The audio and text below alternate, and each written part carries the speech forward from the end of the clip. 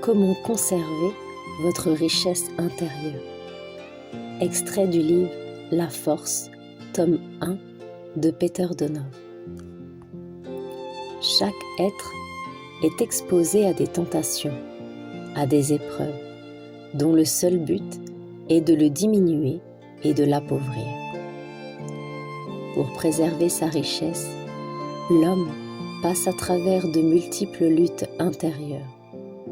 Tous sentent que quelque chose les guette. Cette sorte d'espionnage existe partout dans la nature. Le renard guette la poule, le loup, la brebis, le voleur, le riche, le juge, le malfaiteur. Sachant cela, que votre conscience soit éveillée, et cet apanage appartient à celui seul qui conserve saintement son lien avec la source primordiale de toute chose.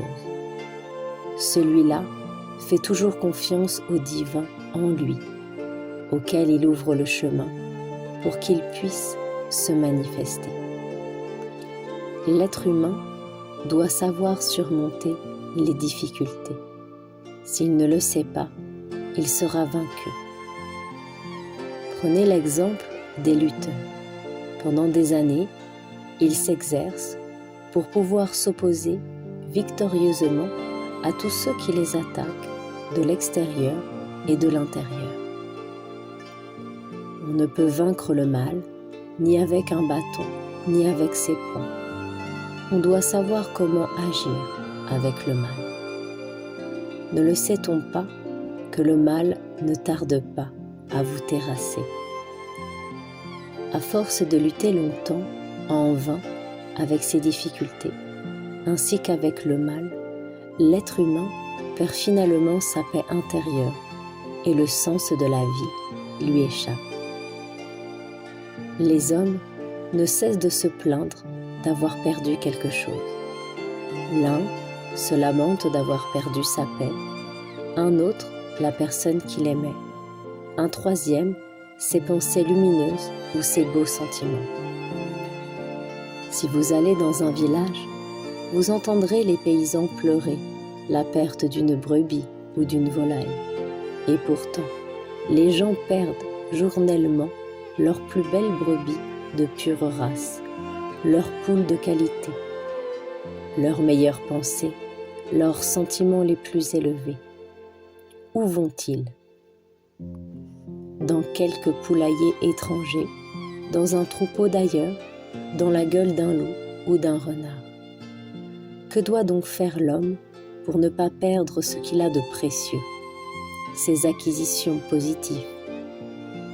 Il doit établir une clôture de fils barbelés ou s'entourer d'une vigilance consciente.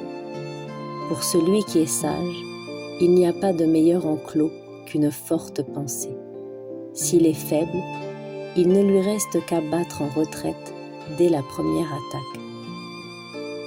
L'homme a le devoir de se tremper pour résister aux assauts des forces noires.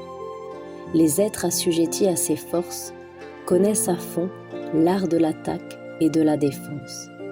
Ils disposent de toutes les méthodes, tuant, volant, profanant, détruisant, incendiant. Ils sont maîtres dans tous les domaines. La force de l'être spirituel réside dans la connaissance de la vérité. Cette connaissance lui permet de ne jamais être trompé. Si en luttant contre un être obscur, vous ne vous laissez pas abuser, la victoire sera de votre côté et toute la richesse de votre adversaire sera alors à votre disposition.